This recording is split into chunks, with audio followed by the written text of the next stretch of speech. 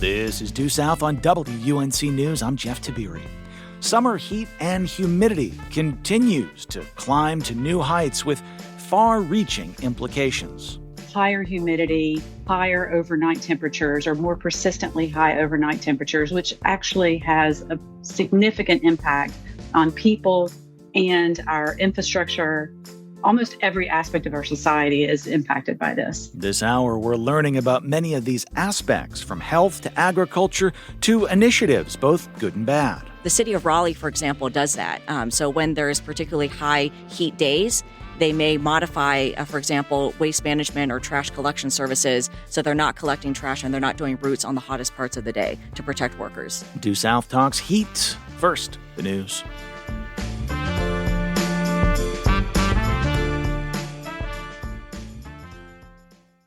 Hi there. I'm Leoneda Inge, host of Due South. Thanks for listening and supporting our podcast. We work smart to bring you the best North Carolina and the South have to offer, from the latest in state politics to important voices in race and Southern culture.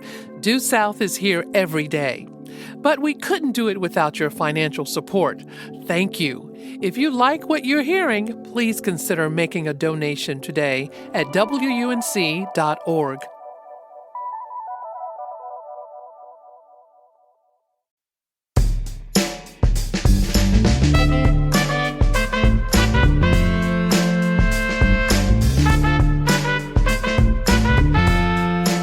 From the studios of WUNC News in Chapel Hill, this is Due South. I'm Jeff Tiberii.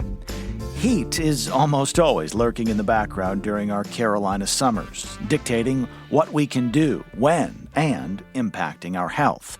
In a bit, two scientists on the impacts of heat in our changing climate. First, Leoneda Inge's July 2026 conversation with an emergency medicine expert about what heat does to the body and some of the warning signs to be aware of. I'm here with Dr. Lauren Siewny, Medical Director of the Duke University Hospital Emergency Department and Assistant Professor of Emergency Medicine. Welcome to Due South. Thank you so much for having me. Well, Dr. Siewny, why is heat problematic for us? I admit I didn't start really paying attention to body heat until I had a bouncing baby boy 28 years ago. And if his temperature topped 100 degrees, I was very, very concerned. And then whenever we would go outside, it didn't matter the time of year, I was like, oh, we need a hat. We need a hat. So what does heat actually do to the body? Yeah, and I know it feels like everywhere you go right now, people are talking about heat. I know every venue I went into in the last 2 weeks, people moved it inside because it was just so hot outside. And you bring up a good point about the difference between heat when, for example, an infant has a fever versus heat when it's environmental insult to the body.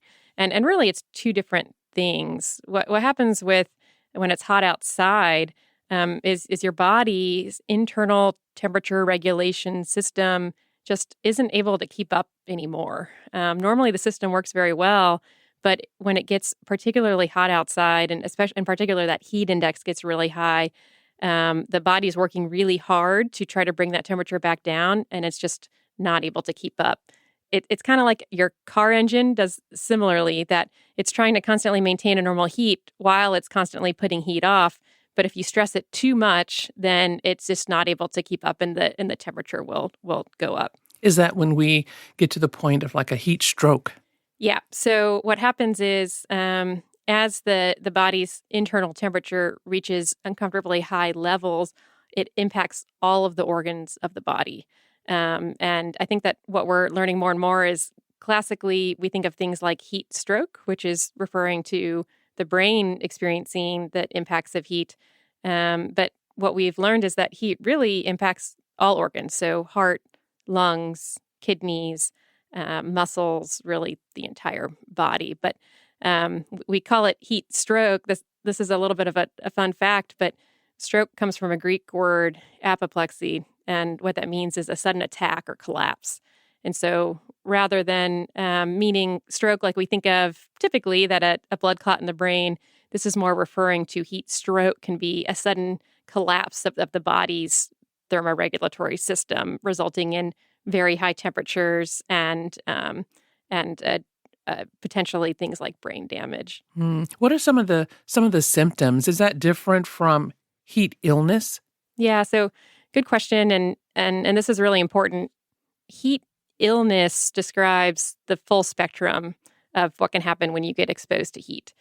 On the less severe side, there's things like heat cramps, heat exhaustion, and this is things that maybe many of us have experienced. So sore muscles, weakness, nausea, vomiting, profound sweating. I know I experienced this as a kid on a hot tennis court, and I could feel that tunnel vision setting in. I felt like I might pass out. And at the time, I had no idea, of course, this was heat exhaustion. But looking back on it, I'm so grateful to the coach recognized it, got me to the shade, put some cool ice pack around my neck, and I was better after a few minutes. But so that's heat exhaustion, and that's the right thing to do when you experience those symptoms. But it can progress to a 911 emergency, and that is heat stroke. And the symptoms of heat stroke are going to be confusion, maybe passing out, and in an extreme event, seizure, unresponsiveness, coma. But really, the first sign is that altered mental status, and that is a 911 When you see someone that's emergency. sort of really dizzy and disoriented. So who are typically the most vulnerable to heat? Are they the little ones? When I think about my babies, I was paranoid that they would get too hot because I grew up in Florida, so I'm like, okay, you got to keep them out of all that humidity and that heat. But who is most vulnerable? Is it the little ones or the old ones or anybody? Yeah, you're totally correct. I think to start with, we think of those traditional at-risk groups. So that's going to be, yes, children and the elderly and people who are pregnant, people who are working outside, people experiencing homelessness, athletes exercising outside. Those are kinds of the populations that we talk about a lot. But one thing I'd like to bring up is we don't talk enough about that people with chronic illness and even regular people that are healthy going about their daily lives can be at risk for heat illness. And this is because up until recently, there was this under-recognized fact that heat illness, while can present as sort of an acute stroke-like symptoms, it can also have be the effect of a cumulative impact. So if you're somebody who has, say, a chronic illness like chronic kidney disease, if we have several days in a row of high heat, then that impact on the kidneys can build. And if there's not time to recover in between the insults, then that's what can really lead to dangerous situations. So what can people do to really prepare to go out into the heat and the sun? It's the time of year. We love to be outside. I mean, know. how much water do we need to drink? So water is very important in maintaining adequate hydration. That's always going to be the most important first step. And actually, I call it like pre-hydration. So drinking water before you know you're going to be outside at a family event or a concert or exercising or whatever it might be. Water's always best. Things like sugary drinks and alcohol may even contribute to dehydration. So water's going to be what's best. But I think water and hydration is only one aspect of what we can do. There's plenty of other things that can be hard because they require you potentially rearranging your life. So things like moving events inside, changing the time of an event so that it's not at the peak heat times of day, changing around. Maybe you wanted to wear your favorite outfit, but you could switch it out for something that's cooler, lighter materials, and thinking about how you can have opportunities to seek breaks, whether it's in the shade or ideally the air conditioning. And that's going to be really important. I know over the July 4th holiday, I had a family event up in Ohio, and we had to relocate it indoors because it was just simply too hot for anyone to be safe outside. When I think of the emergency room, I mean, tell me about the folks most of the folks that are coming in, and what symptoms do they have? Yeah. So in the emergency department, we're definitely seeing an increase in presentations for heat-related illness. And it's an interesting thing that's hard to wrap your arms around because people don't come in with a label that says, I have heat illness. They come in with weakness, shortness of breath, dizziness, nausea, vomiting. And it's our job as physicians to tease apart what is heat illness versus what could be something else versus is it both.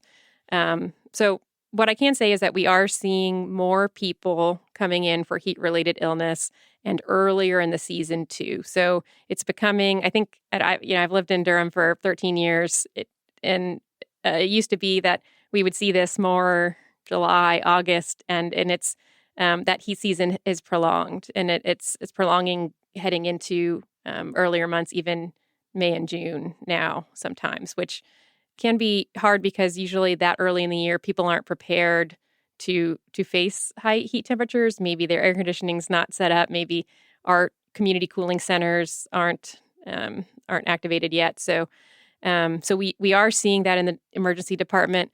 I think we see the full spectrum. So we do see a lot of people who have heat exhaustion, and again, for those people, things like cool fluids to drink or in an IV, ice packs to the neck, armpits, groin, that can all help. And we do see that. And often those people are able to go home after a period of observation. But then we also see true heat stroke. And that can be, that's an all-out emergency. What you can expect to see if somebody comes in for that is an immediate addressing of the high temperature. We check your core body temperature first and then react based on that with aggressive cooling measures up front. And then typically those folks would be admitted to the hospital and potentially even to an ICU. Well, it's a good time to check on your neighbors, your friends, your children who are outside a lot these days. Dr. Lauren Siewny is medical director of the Duke University Hospital Emergency Department. Thank you so much for your time and expertise, and stay cool. Thanks for having me. And please look after each other. That's the number one thing that we can do in these high temperatures.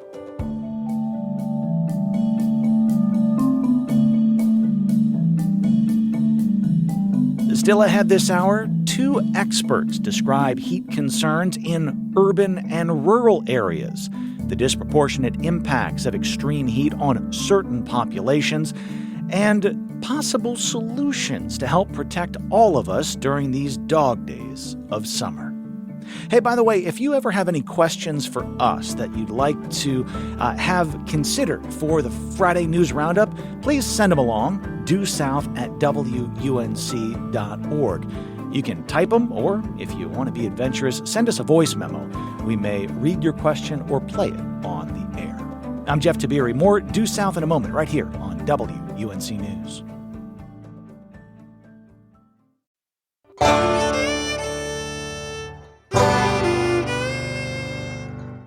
Welcome back. It's Due South on listener-supported WUNC News. I'm Jeff Tiberii. Summer here in North Carolina is hotter than it used to be, with record temperatures, dozens of days that have a heat index in the triple digits, and this unrelenting heat can take a toll on our bodies, as you heard earlier in the show, as well as on our bank accounts and our communities. We're revisiting a conversation from July of 2026 with two leaders and scholars, each who is thinking about heat and its deep impacts and which populations feel it most. Also, how we can creatively address the effects of extreme heat in our North Carolina communities and beyond. We turn now to Angel Xu, director of the Data-Driven EnviroLab and associate professor of public policy and environment, ecology, and energy at the University of North Carolina at Chapel Hill. And also welcome in Ashley Ward, the director of the Heat Policy Innovation Hub at Duke University's Nicholas Institute for Energy, Environment, and Sustainability. Our conversation began with a basic question about best practices for avoiding, dare I say, beating the summer heat. Well, I think the number one thing is to stay indoors and keep that air conditioning pumping. So I think that's probably the number one thing, is to try to limit your exposure. Okay. Ashley? Sure. So just to build off of that, I would definitely say limiting exposure. But what happens if you can't afford your air conditioning in your house or you don't have access to air conditioning? I think my number one thing is to think about how you can efficiently use cool water outside your body to cool your core body temperature. Things like getting in a cool shower, soaking your feet or your arms over your elbows. These are ways that we can moderate or mitigate, rather, the impact of extreme heat on the body in absence of air conditioning. I want to ask about air conditioning a little bit, but let's first define or establish how you scientists think about what is extreme heat? Just put a box around it or some parameters. Ashley? Oh, I was going to actually let Angel answer this first, but I'll go ahead, I guess. Yeah, well, as a scientist, I'm going to equivocate and say that it's really difficult to define what you mean by extreme. Okay. So I teach data science classes. Yeah. I work a lot with statistics. And I mean, generally, you can think about extreme as being 2 to 3 standard deviations. Now we're talking about 3 standard deviations away from the average of what a typical day might feel like in the summertime or in the daytime or whatever period you're considering. But there's a lot of different factors that go into this definition of extreme heat. But generally, what we're seeing is that temperatures on average today, just give any summer day, are going to be warmer than they were a century ago or even 30 years ago or even 20 years ago. And so, depending on what time period you're considering, what we're looking at is that we're seeing also the probability of more extreme days occurring, extremely hot days occurring. And I'm not trying to be a smart aleck here, but if the average was 89 and now the average is 98, maybe extreme isn't the word. Maybe it's become more normal, but it's harder on the body than it was a generation or a century ago. Is that a fair way of thinking about it? Yeah, I think you could say that. I think if we look globally, we're seeing that temperatures are about 1.5 degrees Celsius warmer than what they were before industrial levels. And so before, 200-300 years ago, we're seeing that temperatures on average are about 1.5 degrees Celsius. That's about 2.2 degrees Fahrenheit warmer than they used to be on average. Just to be clear, I was not trying to imply that we've seen 9 degrees jump in a century. Noted here. But actually, that's a global average. And so if you think about looking in more detail, there's also some places that have warmed more than 1.5 degrees Celsius. And so there actually have been places on Earth that could be 9 degrees Celsius or Fahrenheit on average warmer than they were 50 or 100 years ago. And so it's actually not wrong to say that these global averages, they may not seem like it's really scary, because that's true. There are some places, particularly on the Arctic pole. So if we're talking about the extreme parts of the Earth where they receive a lot more direct sunlight, those areas actually have been warming up a lot faster. Sorry, they don't receive more direct sunlight, but they have been warming faster. Let's winnow it down if we can. I don't know who is better equipped to answer this question, but for central North Carolina, for the Piedmont, this middle third of our state, what can you tell us about extreme heat or the change in what has become more normal in, let's say, the last 50 years? Ashley, do you want to take that one? Yeah, go ahead. Yeah, I mean, so I think whenever we talk about extreme heat, I think it's important to think about extreme heat relative to what?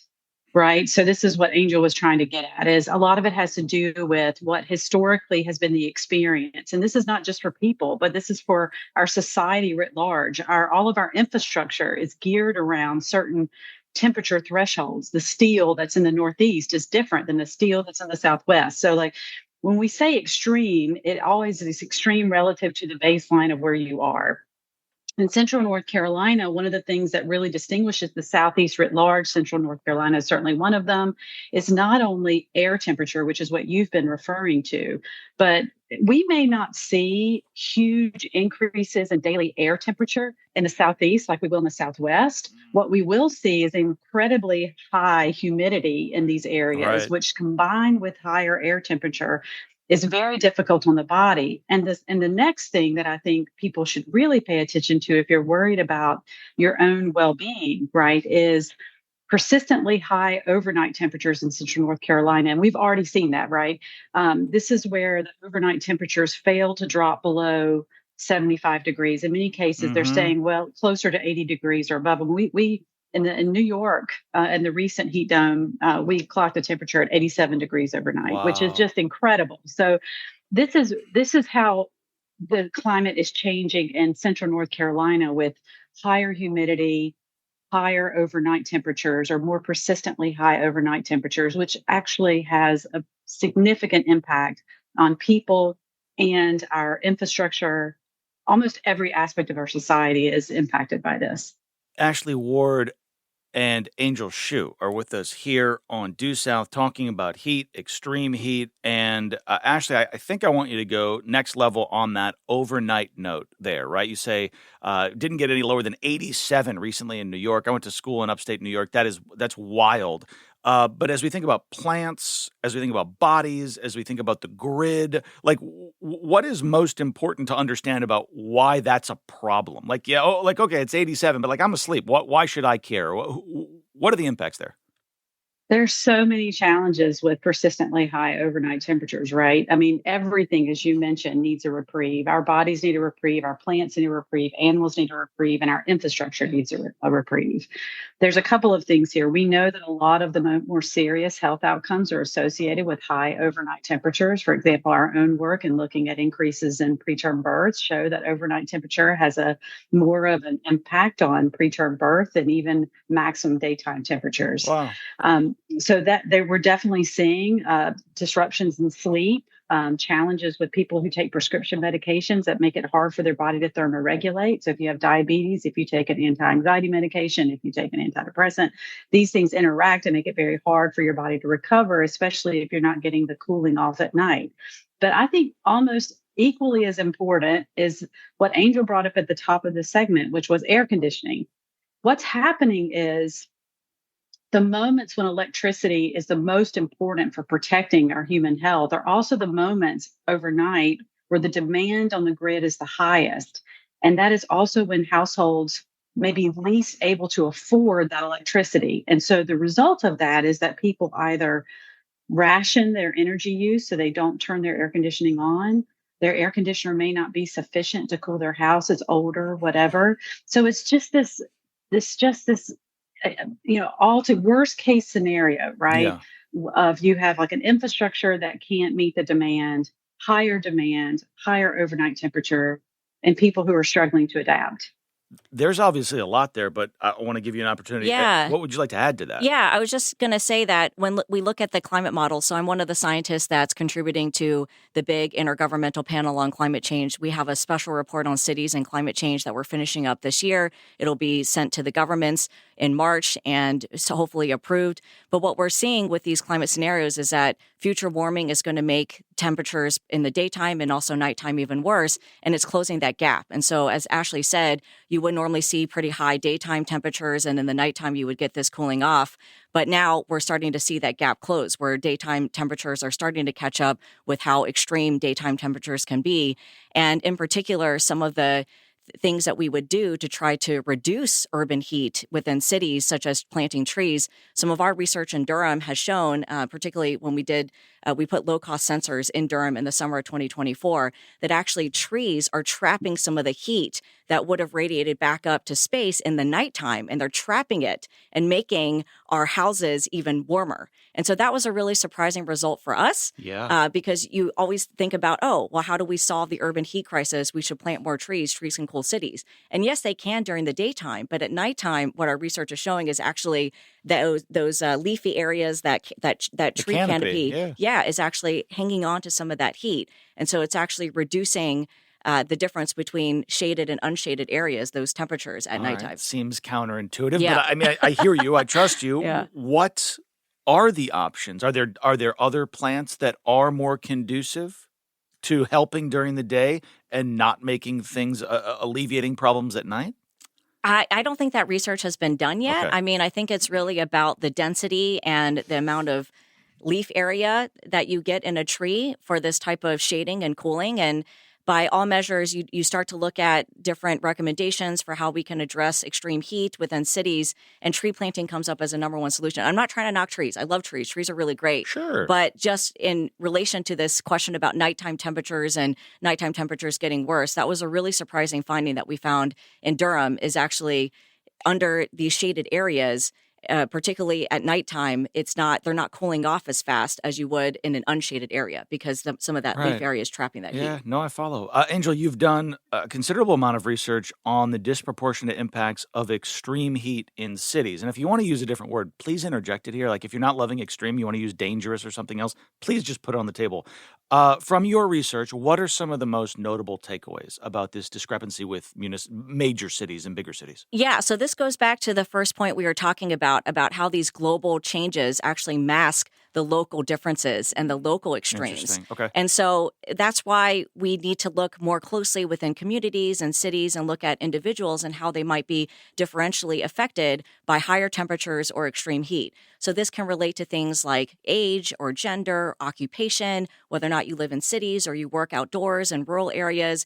But then also our research has found that based on your income. So lower income households tend to be exposed to higher levels of urban heat and higher temperatures, and also whether or not you're an ethnic minority. And so we find that non-Hispanic white communities also happen to be exposed to almost a full degree and a half Celsius higher temperatures throughout major American cities than their white counterparts. All right, let me pull on the... No, Ashley, jump in here. You have a thought. Yeah, I just wanted to compliment what Angel's talking about. And, we focus a lot of our work on rural communities. And in North Carolina, the second most rural state in the nation, one of the things that's really complicated is that we actually see heat illness rates higher in rural counties than we see them in urban communities, and sometimes 7 times or more higher. And that's been a trend that we're seeing across the Southeast. And it's getting worse, I think, as we see manufacturing and other kinds of indoor occupational heat exposure moving into rural communities where land is cheap and labor is cheap. But rural communities struggle and they don't have the same set of tools in the toolbox as we see for some urban heat interventions. Heat illness disproportionately higher in North Carolina. My mind goes to the most rural part of our state, which is the eastern part of the state, which is at low elevation, which is extremely hot in the summer. Either push back or run with that, and please go next level, Ashley. Yeah, no, the Sandhills region in particular in and North Carolina is of high risk. I mean, one of the issues and the challenges remains the fact that we have some of the similar issues that we see in urban communities, like older housing, access to affordable energy, but access to many occupations in rural communities are not in air conditioned buildings or office buildings. There's a lot of manufacturing in rural areas. People tend to automatically go to farming, and actually farming is not where a lot of it is. It's happening from delivery drivers and food service workers and food processing plants and all kinds of other manufacturing that's in rural areas. We also have mobile homes that are in higher density in rural areas than in urban areas, which, historically also have a challenge with keeping cool. And whenever the power outage, in the summertime, if you're from North Carolina, you'll know exactly what I'm about to say, which is in the fall or late summer, you see thunderstorms roll through North Carolina, from the heat, dissipating some of the heat. And, energy providers, when the power gets knocked out from these very typical thunderstorms, Right, are going to prioritize restoring energy in more densely populated urban areas. No problem with that. Totally understand it. But what that means is in rural areas, their times to restoration are considerably longer than what you see in urban communities. And so what is like a normal thunderstorm event that's not anything that's extreme can knock out power for 12 to 24 hours. And now you have a real emergency on your hand for those people who are during heat season, who are living in those communities. Ashley Ward and Angel Shu are with us here on Due South. They are scientists. They are, I'm going to call you climate experts. You can push if you're like, no, you're not. But you study weather, you study climate. We are getting a much better and deeper understanding of the heat that we often experience in the summer, and also how it has changed across generations here in central North Carolina and beyond. I want to pull on a couple of words I've heard here recently: income, access, I did not grow up with air conditioning. Mind you, I didn't grow up in this part of the country. I grew up in Massachusetts, and you didn't need it for the most part. But there were a couple weeks every year where it was a scorcher. We had one window unit, and Dad would get it down from the attic and put it up in my parents' bedroom, and my sister and I would sleep on the floor when it was that hot. I'm interested if either of you can quantify how many of the 11 million plus people in our state don't have air conditioning. Do we know that data, Ashley? We've actually just published one report, and we have another one coming out later this week that talks about energy affordability, and it relates to this issue of access to air conditioning. You might see a lot of, especially national reporting, that shows that nearly 100% of people, 97% of people in the Southeast have air conditioning. I think that's misleading because, first of all, there are many people in the Southeast who do not have air conditioning at all. It also doesn't distinguish between people who have that single window unit like you're talking about or central air conditioning. It also doesn't take into account whether or not a person can afford to run their air conditioning or if the air conditioner they have is sufficient enough to adequately cool where they live. And the cost of energy, everybody in this country is talking about the cost of energy right now, how utility bills are going up and everything else.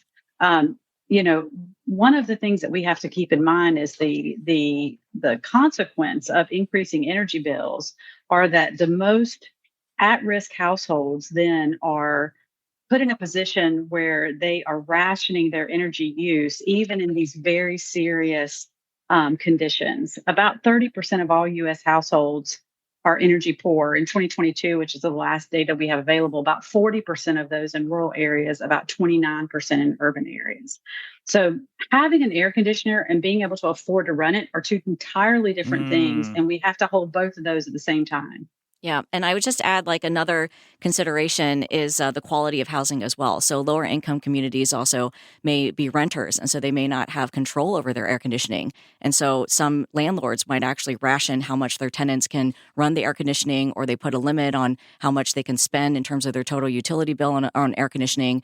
In terms of the quality of housing, some of them, if they are in informal housing or manufactured housing, then they may not insulate as well. And so even if you are running the air conditioning, it may not cool as effectively as if you had a different type of home that was better insulated. Two quick follow-ups before we come up on a break. Number one, is air conditioning required in the state of North Carolina? Do landlords have to provide it for tenants? No. No, they do not. All right. Number two, if you would, either of you in 30 seconds or so, you just used a phrase. I'd love for you to define it. What is energy poor? Sure. So energy poverty refers to the inability to afford running your air conditioning, or running energy. It could be for heating too. The affordability threshold for a household is about 6% of your household income. That's the affordability threshold. So what we're really referencing here is the difference between actual home energy bills and when those exceed the affordability limits. Yeah, and I would just add that nationwide, about 20% of households fall below that particular threshold. So they're spending about 6% or more of their income on electricity. And that actually, there's a lot of differences more locally as well, but between different states. And so you can have some states where that percentage of households can actually be much higher than 20%. Ashley Ward and Angel Hsu are with us here on Due South, chatting about heat, extreme and dangerous layers of it, and we'll continue our conversation in a moment right here on Due South on WUNC News. Welcome back. It's Due South on WUNC News. I'm Jeff Tiberii. Back to our July 2026 conversation now with Angel Hsu, UNC Chapel Hill Professor of Public Policy and Environment, Ecology, and Energy, also Director of the Data-Driven Enviro Lab at UNC Chapel Hill, and Ashley Ward, Director of the Heat Policy Innovation Hub at Duke University.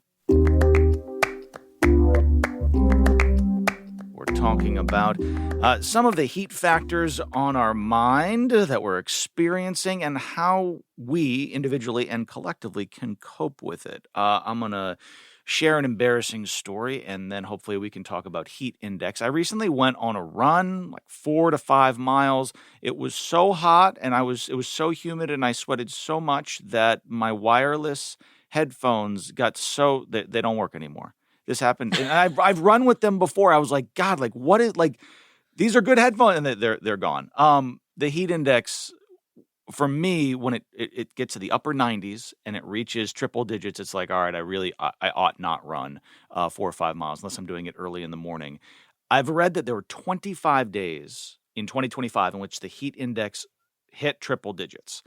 From your seats, I'm wondering when it's dangerous. If you have, and I hear you on it can vary a little bit, but is there a general threshold where you're like, all right, this is dangerous? And how do you track it? If you track heat index by days or by hours, Angel? Yeah, so you're referring to a heat index, which is communicating the fact that it's not just air temperature alone that signals the danger of heat. And so normally a heat index will combine humidity. And as Ashley mentioned, in the South, what is really dangerous about heat is the combination of the two.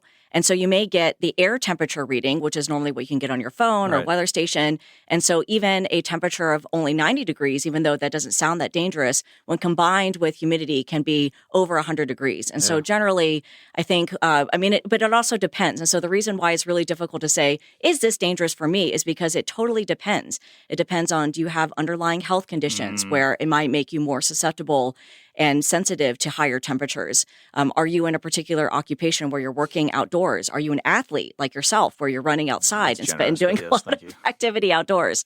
And so it depends also locally. So different governments, and I'm sure Ashley can speak more to this, different governments or cities, they may have different thresholds at which heat alerts actually get activated. And so sometimes those could be when a heat index is at 104 degrees or 106 degrees is often when you start to hear these heat alerts being activated.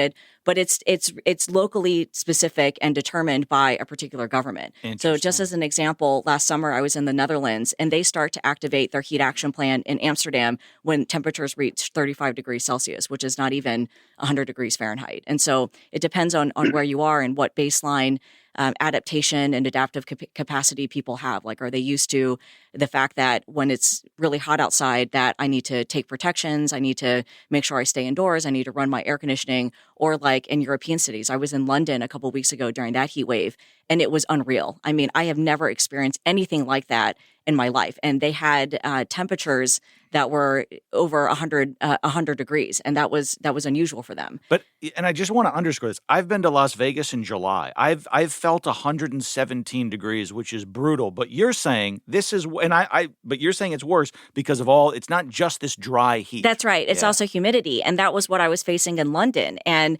their infrastructure is not air conditioned. So I was on buses, I was on the tube, I was in museums, I was in conference spaces. I was staying at a friend's flat. He lives on the 8th floor of an apartment building. Don't tell me it was walk-up. No, he has an elevator. Okay, good. But there was no air conditioning. And so the temperature inside his apartment in the evening was 85, 87 degrees. And there just frankly was no break, no relief from the heat. And so I also say take these heat indices with a grain of salt, because obviously they're not necessarily determined for an individual specific situation. I mean, they're more general to try to raise awareness of heat and temperatures. But one of my PhD students did a paper last year where she looked at the effectiveness of heat alerts. So when temperatures reach a certain threshold and governments then signal, they send out text messages or they issue a service alert on the weather station. And what we actually found is that they're not that effective when they're issued on the day of. And so it's difficult for people to modify their behavior when they hear a heat alert. It generally takes a day or two where we actually start to see the protective effects of people saying, okay, well, maybe I should keep my children indoors, or I should modify my plans or choose not to garden at certain times of day, these kinds of things. I don't believe you're a social scientist, but go a little bit deeper. I mean, is that just because we can't be inconvenienced? Like, well, oh, damn it, I had a thing I was going to do today. So what if it's 108? Like, is that what's happening with the psyche? I think that could be part of it. And as you mentioned, I'm not a social behavioral psychologist. And once we got the results, we started to hypothesize and theorize, well, what could be some of the reasons why? And I think it is about this behavioral plasticity, as a behavioral scientist might say, is that it's really difficult in some cases to modify your behavior. And so that's why we have to look towards governments, particularly local governments, to say, okay, well, we need to modify work schedules. So the city of Raleigh, for example, does that. So when there's particularly high heat days, they may modify, for example, waste management or trash collection services so they're not collecting trash and they're not doing routes on the hottest parts of the day to protect workers. Ashley, I want to talk about agriculture in a moment, but build on this solutions path of our conversation, if you would. What are some other things that are being implemented or talked about, or even if it's theoretical and you're like, this is where we need to be a few years down the road? So I want to give a little bit of a shout out to the state of North Carolina because we really are a leader in this space. And you might not know these things that are happening, but the state of North Carolina has a heat alert system that is based on health outcomes. So we help set the thresholds based on when people start going to the emergency department. And as Angel just said, this is usually a lot lower temperatures than what you might see from the National Weather Service warnings. The National Weather Service warning is based on the probability of the event itself. It is not at all related to when people get sick.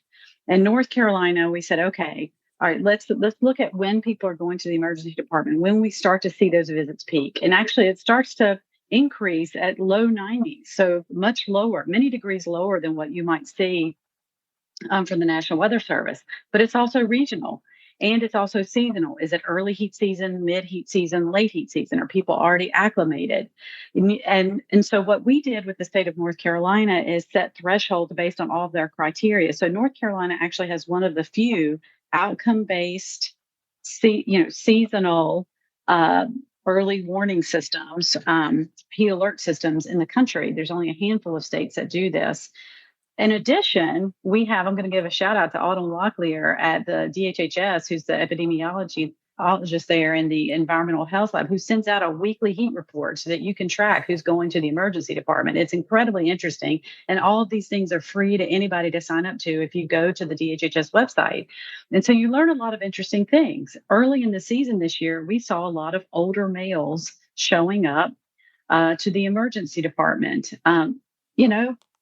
People have their tea times and it's 2 p.m. or You're whenever it referencing is. golf, to And be they're clear. Yeah.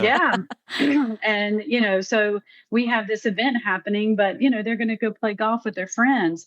I think one of the things that or they're going to mow their grass. They're not going to change their behavior to what Angel was just talking about. It takes time for people to reschedule their life and do these things. If you're a school system or if you're an athletics team and you have something scheduled, parents have to get off work, arrange alternative transportation for their kids. I also want to point out that it's not easy to shift work schedules. People a lot of times talk about this, but just one really quick, very practical thing is many municipalities have noise ordinances. That means that if you are a construction firm and you want to be able to do shifted work schedule, if your local municipality has a noise ordinance, guess what? And so I think this is just pointing to the fact that we have not aligned our systems across to respond to this. Perhaps the way to do that is to say, yes, there's a noise ordinance. However, if we have dangerous heat in the forecast, we lift the noise ordinance in order to allow shifted work hours. That's not a consistent thing that happens across the country and certainly not across North Carolina. Let me remind listeners, Ashley Ward and Angel Hsu are with us here on Due South for a few more minutes. Ashley, you're talking about these efforts, this report that comes out weekly. I'm wondering if we've got the data for it, are there fewer hospitalizations? Are there fewer deaths as it pertains to heat in North Carolina relative to other southeastern states? Well, we just launched the heat alert system last summer, and I know that our friends at DHHS are tracking these and trying to figure out what the impact, the efficacy of the heat alert system has been. This has largely been an effort that's supported through the CDC BRACE program. One of the things that we've talked about in the state is right now it sends out an email alert when there's high heat in the forecast. One thing that we've talked about doing is whether or not we can text message this, but these types of systems require investment from public policymakers. I mean, in almost every circumstance that we've talked about today, it requires some kind of action and investment, whether it is thinking about what Angel talked about urban heat and design, that intersects with all kinds of building codes and zoning. Whether we talk about whether or not our electrical grid is ready to provide affordable cooling to people's homes. This is something utility commissions regulate, along with investments from the private sector. When we're talking about heat alert systems, these are things that the public sector has to invest in. Opening cooling centers, getting word out, providing water stations. All of these things are a use of public funds that have to be first allocated for the public to use them. So there is no way to separate policy from the things that we've been talking about today. I do hope that I'm going to come back to you and ask about agriculture in a moment. This is my plan, but the clock is working against me. Angel, I want to ask you before we run out of time. You mentioned you've been to Europe. You also do some work with some folks in Singapore. I lived there for 6 years Well, before I moved back to North Carolina. Yeah. Tell us what the takeaways are and what they are doing there on this front, please. Yeah. So Singapore is a small city state. It only has a population of less than 6 million people. And so what they're able to do in that size area, I mean, I don't know exactly, can't remember off the top of my head exactly how big in terms of square miles Singapore is, but frankly, you can drive from one end of the island to the other in about 25 minutes. So it's that small. And because they're located at the equator, they deal with temperatures on average between 85 and probably 90 degrees. I mean, it's a pretty narrow range of temperatures, but it's incredibly humid. So we're talking about greater than 80% humidity on a given day. And so it's a matter of existential existence for them. It's a matter of life and death. And so they have really invested a lot, exactly as Ashley said, urban design and really smart planning and thinking about warning systems and how to also nudge behaviors in certain ways and to design working hours so that workers are not placed at greater risk during high temperatures during the day. But even things like one of the malls that was in one of the neighborhoods close to where I lived was designed in a way where they didn't have to cool an entire indoor space. So we're talking about probably like a 5,000 square foot mall, and the inside of it was essentially open. And then it had a tunnel running through the middle of the mall to allow for constant airflow without the need for air conditioning.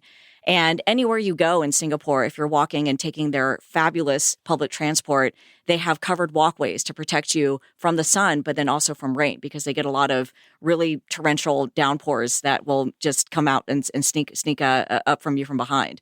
And so, yeah, they're really doing a lot of stuff and really thinking about how to innovate and how to design for a warming planet and to combat extreme heat. That's fascinating. Just to contextualize it briefly, Singapore, thank you, Google, is 287 square miles, which is about twice the size of Raleigh's square mileage of 149. So not a large place, to your point.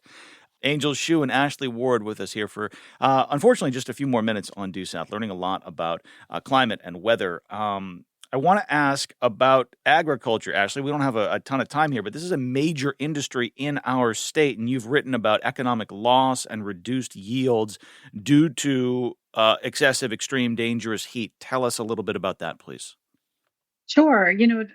Of course, and I completely understand when we think about ag and heat, we automatically go to worker safety, and as we should, right? It is a big issue where we have, limited solutions. Some crops cannot be harvested at night.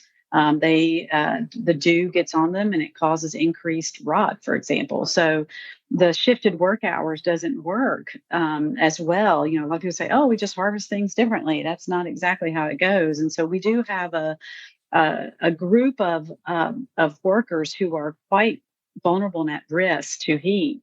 Additionally, though, what we're seeing is increasing claims on our crop insurance, USDA's crop insurance program. So a lot more indemnity loss due to heat. Heat is driving some of the drought losses, which are enormous, and also contributing to wildfire. So heat is a contributor. Our comms director likes to say it's the least lonely event. It really is. It really does contribute to these other things that significantly impact the ag sector. We're also measuring reductions in chill hours. So this is off season when it doesn't get cool enough for many hours. What happens is that particularly fruit and nut crops don't produce the same amount of yield. We see reductions in dairy farming, egg production. There is quite a bit of issue with livestock, cattle, hogs, poultry. So, I mean, there isn't an aspect of ag work that heat is not impacting. If you would, in our final moments here, you mentioned ordinances earlier as it pertains to construction work. What is a change that could be implemented for agriculture workers that would be beneficial in the face of heat? Well, and what you mentioned earlier is that we do not have a cooling standard in the U.S., which means that farm worker housing, but also schools, prisons, elder care, none of those things are required to have cooling. I think, if you're thinking about the federal policy level and even the state policy level, thinking about those kinds of policies would certainly help. However, is that feasible in this policy environment? I think less and less so. So the alternative is that we really think about how to work very closely through ag extension with farmers to help them figure out low-cost solutions to reduce the impact of heat on workers in the moment. And we can get great lessons from the U.S. military, who spends lots of time thinking about this. Arm immersion is a technique that is commonly used in the military during training to reduce the impact of heat on our service members. It's an easy translation, low-cost solution to farm communities, providing shade, increasing rest time, and enforcing those. A lot of people say, oh, we need to enforce these things. We don't have the staff to enforce it, though. So we have to think about making the case directly to the farmers about why it is in their best interest to implement these safety measures. Ashley Ward is the director of the Heat Policy Innovation Hub at Duke University's Nicholas Institute for Energy, Environment, and Sustainability. And Angel Hsu is director of the Data-Driven Enviro Lab, also an associate professor of public policy and environment, ecology, and energy at the University of North Carolina at Chapel Hill. Thank you both for being with us today. Thank you so much for having me. I'm Jeff Tiberii. You've been tuned in to Due South on WUNC News. We'll talk to you again tomorrow at noon. The fatal shooting of a teenager at a protest in Seattle has gone unsolved for 6 years. This is open in your face. How are there no answers? Our investigation has uncovered new evidence and witnesses who say they've never talked to police. Did police ever call you? Not once. Listen to We Keep Us Safe, a new true crime series on the Embedded podcast from NPR.